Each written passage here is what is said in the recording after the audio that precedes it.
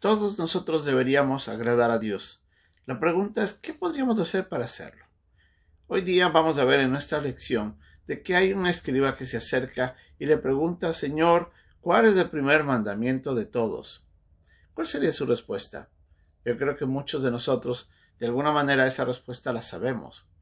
Vamos a ver cómo, en la lección de hoy día, el Señor Jesucristo, en su respuesta, nos da algunas cosas que tenemos que considerar para saber si realmente estamos con nuestras vidas amando a Dios.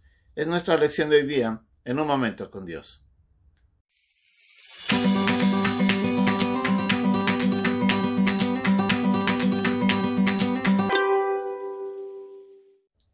Nuevamente el Señor Jesucristo, otra vez enfrentando una pregunta más en medio del templo, cuando los escribas, los fariseos, los saduceos, los herodianos, todos estaban alrededor de él buscando la manera de cómo poder hacer que el Señor Jesucristo tenga un solo error para acusarle.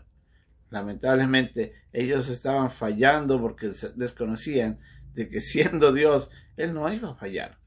En esta lección de hoy día vamos a ver que el escriba se acerca. Este era un partidario de los fariseos, según nos muestra en el pasaje de Mateo, quien después de algunas preguntas que habían hecho, se le acerca y le dice, Señor, ¿cuál es el primer mandamiento de todos? ¿Cuál es el primer mandamiento? ¿Qué es lo que quería saber? ¿Qué es lo más importante sobre todas las cosas? El Señor Jesucristo le responde utilizando dos pasajes, uno que se encuentra en Deuteronomio y otro que se encuentra en Levítico. Y le dice en el versículo 29 de Marcos 12, el primer mandamiento de todos es, oye Israel, el Señor nuestro Dios, el Señor uno es.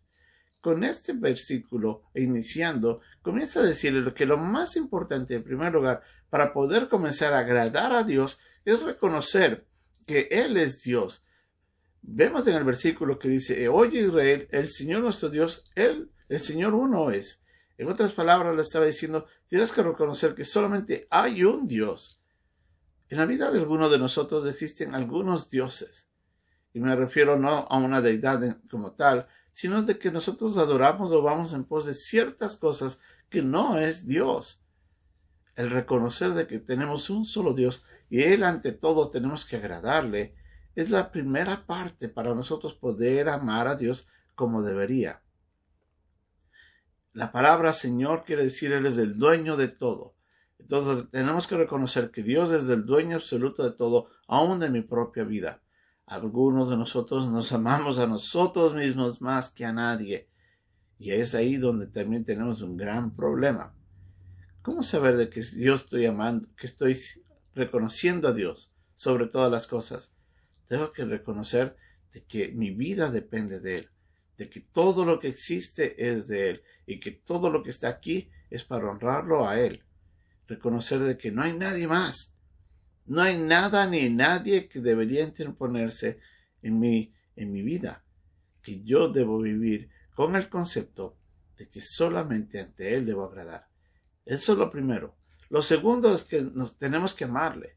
Cuando yo reconozco a Dios, de que Él es el Señor sobre todas las cosas, entonces mi propósito va a ser es amarlo con todo mi ser. Amarás al Señor tu Dios con todo tu corazón, con toda tu alma, con toda tu mente y con todas sus fuerzas. Ese es el primer mandamiento, le dice. Entonces el Señor Jesucristo le estaba diciendo, tú tienes que amarle con todo tu ser al Señor. La palabra amar es entregar todo por al ser a quien estás amando. Es dar todo de ti. Tu tiempo, tus esfuerzos, tu energía, tus pensamientos, tus sentimientos, todo tiene que ser entregado en función del ser a quien estás amando. Es la misma manera como el Señor Jesucristo nos manifiesta cuando Él vino y se entregó por nosotros cuando vino a la cruz. La palabra amor en este versículo es la palabra ágape, que quiere decir de que todos nosotros damos todo de nosotros hacia aquel que está recibiendo nuestro amor. Si yo reconozco que Dios es el Señor soberano y el único Dios existente, y ante Él yo debo vivir, entonces con ese principio puedo acercarme a amarle, y tengo que entregarle todo mi ser. A veces nosotros amamos otras cosas, Y es ahí donde tenemos nuevamente otro problema. Pero continúa el Señor diciendo en el versículo 31, y el segundo es semejante, amarás a tu prójimo como a ti mismo. No hay otro mandamiento mayor que estos. Si se da cuenta, el Señor dice no hay otro mandamiento. Él incluye, aunque utiliza dos pasajes, Él incluye todo esto en un solo concepto, en una sola respuesta, porque incluye esta tercera parte, que es amar al prójimo. Cuando yo reconozco que el Señor es el Señor de todo, el amo de todo, y cuando aprendo a amarle con todo mi ser y busco adorarle en obediencia, en entrega total y absoluta, que toda mi vida sea para vivir para Él nada más, entonces yo aprendo en ese momento a amar a los demás, porque parte del amar a Dios es amar a todos los seres que Él creó y con quienes Él también se relaciona. El que yo pueda amar a mi prójimo implica de que yo estoy amando al Creador por haber creado al ser que está al lado mío también. Y hago todo por, agradándole a Dios, agradarle a esa persona que está a mi lado. Entonces, yo tengo que reconocer de que estamos ante un solo Dios. Y ante ese Dios, yo tengo que amarle. Y cuando yo aprendo a amarle, yo aprendo a amar a todos los seres que están alrededor mío. Por eso es que el Señor Jesucristo utiliza este juego de versículos para llevarnos a entender de que el mandamiento en sí es una serie de 3 preceptos, porque no pueden estar separados el uno del otro. El amar a Dios implica que yo lo reconozca. Si yo reconozco, si yo lo amo, entonces puedo amar a mi prójimo. Y usa la misma palabra, ágape. Yo doy todo por el ser que está al frente mío. Nosotros amamos diferente. Como seres humanos decimos que yo amo cuando me aman. Eso no es amar. Eso es autocomplacerse. Es decir, yo doy retribución a lo que creo que es placentero nada más. Y la verdad es que nosotros tenemos que amar diferente, como Él nos ama. Tenemos que aprender a amar al prójimo porque Dios lo creó, porque está a nuestro lado y porque Él depende también de esa relación que tenemos los unos con los otros.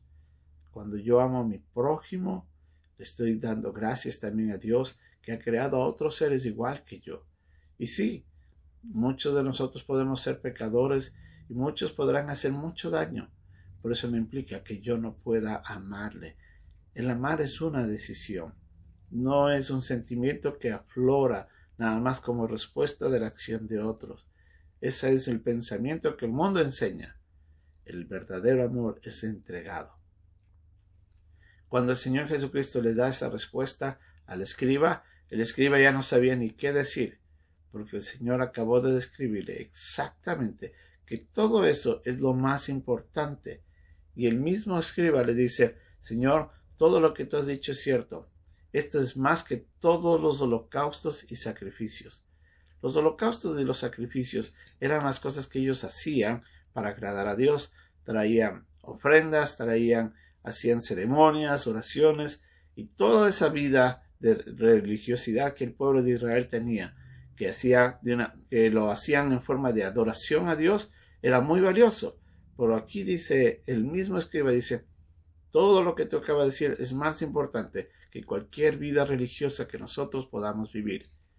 A veces nosotros pensamos que viviendo una vida religiosa, no una relación, ya le estamos complaciendo a Dios.